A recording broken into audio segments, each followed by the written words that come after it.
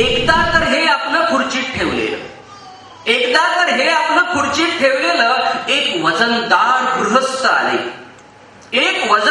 गृहस्थ आले आणि सवयीनं खुर्चीत बसू लागले.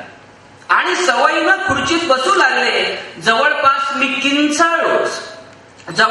मी किंचाळलोच. अहो खाली पुस्तक आहे. अगदी चेंगरलंच असतं. त्या गृहस्थांनी पुस्तक हातात घेतलं, चाळलं. म्हणाले वाचायला घरी नेऊ का? मी म्हणालो हवं तर कपाटातली सगळी पुस्तकं न्या. संदर्भ ग्रंथ घरी देता येत नाही. कारण हे पुस्तक तुझं आहे. तू मला दिलंस. मनात हुरहुरता पाऊस कोसळत असताना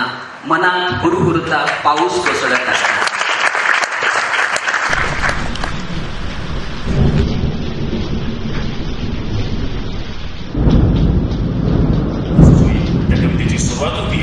गुज बोले गुज मिरोग बोलला. तेल पाणी लावा कावं आता तिफणी उचला. गुज बोले गुज मिरोग बोलला. तेल पाणी लावा कावं आता तिफणी उचला. तिफणीला घाला साज तुम्ही बैराग भोगावा. भाकरीला लागो कुखू रात शेतीचं जागावा. यातले संकेत कदाचित तुम्हाला कळाले नसतील म्हणून मी तुम्हाला समजून सांगतो. गुज बोले गुज मिरोग बोलला. गुज म्हणजे कानात सांगायची गोष्ट. मिरोग म्हणजे मृग नक्षत्र आणि मिरोग नावाचा किडा असतो. तो किडा घरात निघाला की कोपऱ्यात तो दिसतो. त्याच्यावर हळदी कुंकू व्हायचं आणि शेतात पेरायला सुरुवात करायची. तो कानात गुज सांगतो की आता पेरणी सुरू करा. गुज बोले गुज मिरोग बोलला. तेल पाणी लावा काव. त्या तिफणीला जे आवत असतं त्याला तेल पाणी आणि काव लावून सजून तयार करतात. तेल पाणी लावा कावं आता तिफणी उचला. तिफणी उचला. तिला उचलून नेतात शेतामध्ये. तिला असे बैल लावून घरातून शेतामध्ये नेत नाही.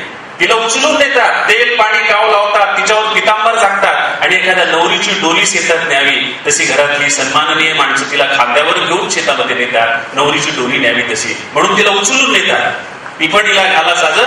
तिला साज घालतात. तुम्ही बैराग भोगावा. पण त्या काळामध्ये तिफणीला पितांबर झाकून शेतात नेल्यावरती नवरी झालेली असते. तिनं पेरणी सुरू केलेली असते. पण तिफणीला साज घालून ती जरी नवरी झालेली असली तरी ती हाकणारा आमचा जो भाऊ आहे त्याला मात्र आदेश असतो बैराग भोगावा. बैराग भोगणं म्हणजे ज्या दिवसापासून पेरणी सुरू झाली, ज्या दिवशी पेरणी संपेल त्या दिवसापर्यंत मधल्या काळात ती तिफण हाकणारा आमचा जो भाऊ आहे त्या भावानं आपल्या स्त्रीशी संग करायचा नाही. घरी झोपायला यायचं नाही. बैराग भोगायचा. तिफणीला घाला साजत तुम्ही बैराग भोगावा. आणि भाकरीला लागो कुखू रात शेतीचं जागवा. आता भाकरीला कुखू लावणं हा काय प्रकार आहे? आणि मीरा हे कृष्णाचा अध्यात्म होतं. दोनही गोष्टी संपत्तीने जगणं आहे तो बहिणीचा अध्यात्म.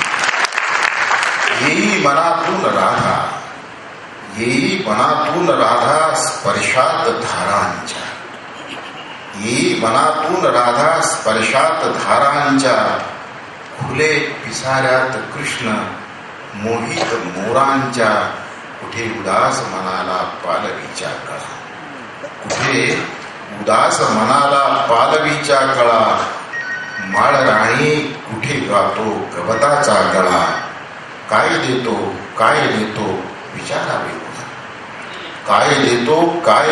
विचारावे कुणा.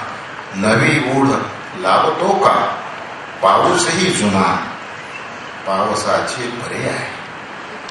पावसाचे बरे आहे बरसतो जातो. पावसाचे बरे आहे बरसतो जातो.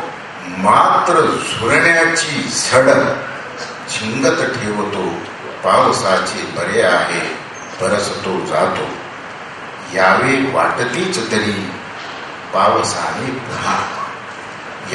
वाटतीच तरी पावसाने पुन्हा.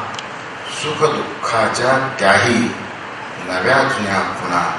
सुखदुःखाच्या त्याही नव्या जुन्या खुणा.